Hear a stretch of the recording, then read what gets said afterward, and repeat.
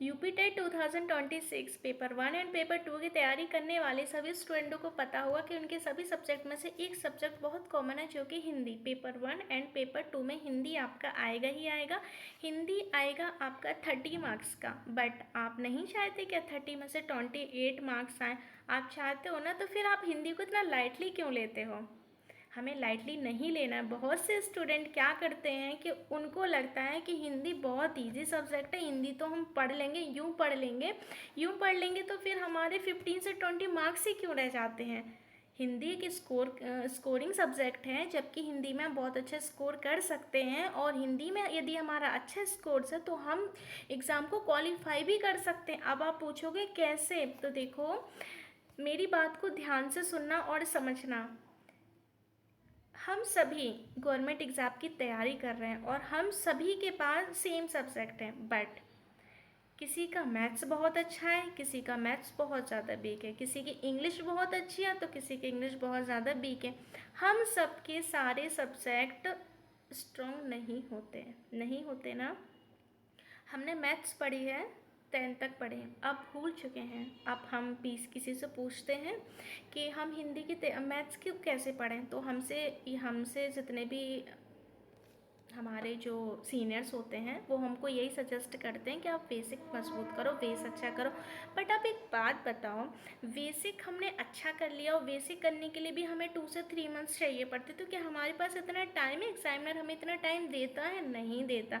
तो देखो, आज एक बहुत अच्छी और बहुत इंपॉर्टेंट चीज़ शेयर करने वाली हूँ आपके साथ। जिन सब्जेक्ट पर आपकी बहुत अच्छी पकड़ हो उनको और स्ट्रॉन्ग बनाओ, वो आपको एग्ज़ाम क्वालिफाई करने में आपकी बहुत हेल्प करेंगे। जैसे मैं ये नहीं कहूँगी कि आप मैथ्स को पढ़ने बैठ जाओ तो पूरा दिन ही मैथ्स पढ़ते रहो।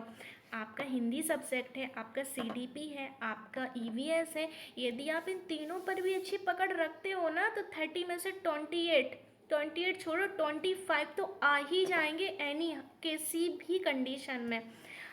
हिंदी में आप कोशिश करो कि मेरे 30 में से 28 आ जाएं, और ईवीएस में भी मेरे 28 आ जाएं, और फिर मेरे सीडीपी में भी 28 आ जाए, तो 28 कितना हुआ सोचो। हम तो स्कोरिंग के पास पहुंच ही गए ना, अपने क्वालिफाइंग मार्क्स के पास। तो देखो, मेरे कहने का मतलब ये है कि जो सब्जेक्ट आपके वीक हैं उनको थोड़ा सा स्किप कर दो। थोड़ा सा स्किप का मतलब उन पर ध्यान दो आप, क्योंकि वो भी क्वालिफाइंग में आपकी हेल्प करेंगे। बट जो सब्जेक्ट आपके इजी हैं, जिन पे आप कर सकते हो, उनको और अच्छा कोशिश करो करने की, और हिंदी को लाइटली मत लो।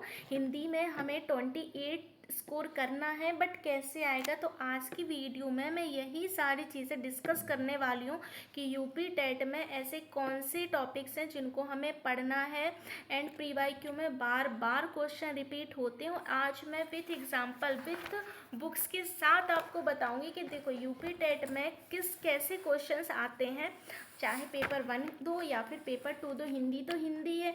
अच्छा, अब ये चीज़ समझ लो कि हिंदी में आएगा क्या क्या, हिंदी में कौन से टॉपिक्स हैं जिनको हमें पढ़ना है। तो हिंदी में जैसे वर्णमाला हुआ, चलो मैं आपको विद एग्जांपल के साथ बता देती हूँ, आप बुक में देखो तब आपको ज़्यादा समझ में आएगा। ओके, हमारे यूपी टेट का सिलेबस, और ये मेरे पास बुक है, यूथ पब्लिकेशंस की बुक है मेरे पास, जो कि मैंने पहले ख़रीदी हुई थी। तो चलो मैं यूपी टेट का आपको सिलेबस समझा देती हूँ कि यूपी टेट के सिलेबस में मोस्टली क्या क्या चीज़ें आती हैं। तो देखो, जैसे हिंदी वर्णमाला हो गया, और हम इसको बहुत लाइटली ले लेते हैं, बट हमें इसको लाइटली नहीं लेना है, इसको हमें डिटेल में पढ़ना है।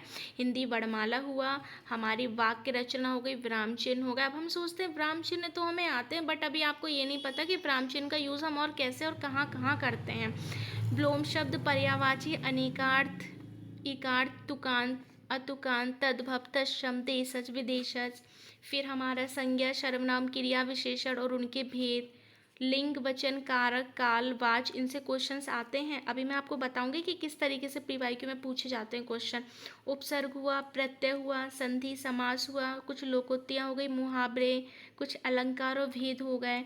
ये तो आपको पढ़ लिया आपने। अब इसमें थोड़ा सा आपको ये पढ़ना है, भाषा का कार्य पढ़ना है, भाषा अधिगम और अर्जन पढ़ना है कि हम बच्चे को भाषा कैसे सिखा सकते हैं।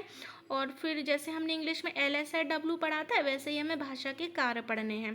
ये है हमारा देखो सिलेबस यूपी टेट। अब देखो क्वेश्चन कैसे बनते हैं, चलो मैं क्वेश्चन बताती हूँ। जैसे हमारा फर्स्ट टॉपिक है हिंदी वर्णमाला। देखो हिंदी वर्णमाला में कैसे क्वेश्चन आए, ये मेरे पास पुरानी बुक है तो बट ये क्वेश्चन आपको पता चल जाएंगे फिर भी। जैसे हिंदी वर्णमाला है ना ये, अब देखो हिंदी वर्णमाला में जैसे टॉप ये क्वेश्चन आया, निम्न में संयुक्त व्यंजन कौन सा नहीं है, कौन सा नहीं है। अब आप ये बताओ इनमें से कौन सा नहीं है। और ये कब पूछा गया था, यूपी टेट में पूछा गया था 2018 में। इसी तरीके से आपको यूपी टेट से रिलेटेड बहुत सारे क्वेश्चंस मिल जाएंगे कि किस ईयर में ये क्वेश्चंस पूछे गए हैं। देखो देख सकते हो आप, मोस्टली पेपर यूपी टेट के हैं, UP TET paper second, UP TET paper first. और किस तरीके से एग्जामिनर हमसे क्वेश्चन पूछता है, देखो जैसे वाक्य रचना हो गई, विराम चिन्ह हो गए, देखो कैसे क्वेश्चंस पूछता है, कौन सी वर्तनी शुद्ध है। अब कब आया ये पेपर, ये तो मैं प्रूफ के साथ ही आपको बता रही हूँ ना। देखो समझ गए आप, इस तरीके से क्वेश्चंस आते हैं। देखो हरियाणा टेट का है ये, तो जिस भी टेट में पूछा गया ना क्वेश्चंस, देखो ये हैं सारे क्वेश्चंस। देखो ये चीज़ मैंने प्रूफ के साथ आपको बता दी कि किस तरीके से प्री वाईक्यू में क्वेश्चन पूछे जाते हैं, टॉपिक से क्वेश्चंस कैसे पूछे जाते हैं। आई होप कि बुक से आपको समझ में आ गया होगा। हिंदी सब्जेक्ट को यदि आप अच्छे से और डिटेल में पढ़ोगे ना तो आप बहुत अच्छा स्कोर कर सकते हो। ये मेरे पास यूथ पब्लिकेशंस की बुक है, आप इसको परचेस कर ही लेना, इसलिए कर लेना क्योंकि ये प्री वाईक्यू में बहुत ज़्यादा हेल्प करेगी आपकी। जितने भी अभी तक यूपी टेट में एग्ज़ाम हुए हैं, जितने भी प्री वाईक्यू, वो सब आपको एक साथ मिल जाएंगे और अदर स्टेट के भी मिल जाएंगे। बट आपको उससे पहले आपको सिलेबस कंप्लीट करना है, टॉपिक आपको सारे टॉपिक को पढ़ना है, डिटेल में उनको समझना है, फिर आपको प्री वाईक्यू से एनालिसिस करना है कि आपसे कितने ज़्यादा क्वेश्चन बन रहे हैं। देखो गाइस यूपी टेट बार बार नहीं होगा, अभी भी यूपी टेट बहुत टाइम बाद आया है और अब पता नहीं यूपी टेट कब आ पाएगा। तो सबसे अच्छा होगा कि आप फर्स्ट टाइम में ही इसको क्वालिफाई कर लो, जिससे आपको बार बार ये एग्ज़ाम क्वालिफाई ना करना पड़े। तो यूपी टेट देखो वैसे तो इतना ज़्यादा टफ एग्ज़ाम नहीं है, क्वालिफाइंग एग्ज़ाम है, सिर्फ आपको 90 मार्क्स ही लाना है। तो आपके जो सब्जेक्ट बहुत ज़्यादा अच्छे हैं ना, जिन पे आप कर सकते हो, अच्छा स्कोर आ सकता है आपका, तो फिर आप उन पर थोड़ी ज़्यादा मेहनत करो। मैंने आपको सिलेबस भी समझा दिया, मैंने आपको प्री वाईक्यू भी बता दिया कि किस तरीके से क्वेश्चन आते हैं। आई होप कि हिंदी को लेकर कोई भी डाउट नहीं होगा। हिंदी को ईजी मत समझो, हिंदी पर थोड़ा फोकस करो क्योंकि हमें एग्ज़ाम क्वालिफाई करना है। और 2-3 ऐसे सब्जेक्ट रखो जिसमें हम अच्छा स्कोर कर सकें और हमारा अच्छा स्कोर आए, जिससे हमें एग्ज़ाम को क्वालिफाई करने में हेल्प मिले। आई होप गाइस कि सारी चीज़ें क्लियर हो गई होंगी हिंदी से लेकर। तो आज बेसिकली मैंने सारी चीज़ें आपको बताई दी हैं। तो आज के लिए इतना ही। नेक्स्ट वीडियो में हम बात करेंगे इंग्लिश सब्जेक्ट को लेकर, क्योंकि इंग्लिश में बहुत सारे स्टूडेंट्स को डाउट होता है कि कौन से टॉपिक पढ़ें, कैसे क्वेश्चंस आते हैं। तो कल मैं बात करूँगी इंग्लिश सब्जेक्ट को लेकर। एंड वीडियो अच्छा लगे तो please like comment share and subscribe ज़रूर कीजिएगा। और कोई और डाउट हो तो वो भी कमेंट सेक्शन में लिख दीजिएगा, मैं उसका आंसर करने की पूरी कोशिश करूँगी। बट आप अपनी पढ़ाई को फोकस के साथ कंटिन्यू करो, ओके, जिससे आपका एग्ज़ाम यूपी टेट जो भी आप देने वाले हो पेपर 1 एंड पेपर 2, वो फर्स्ट टाइम में आपका क्वालिफाई हो जाए। Okay, bye bye.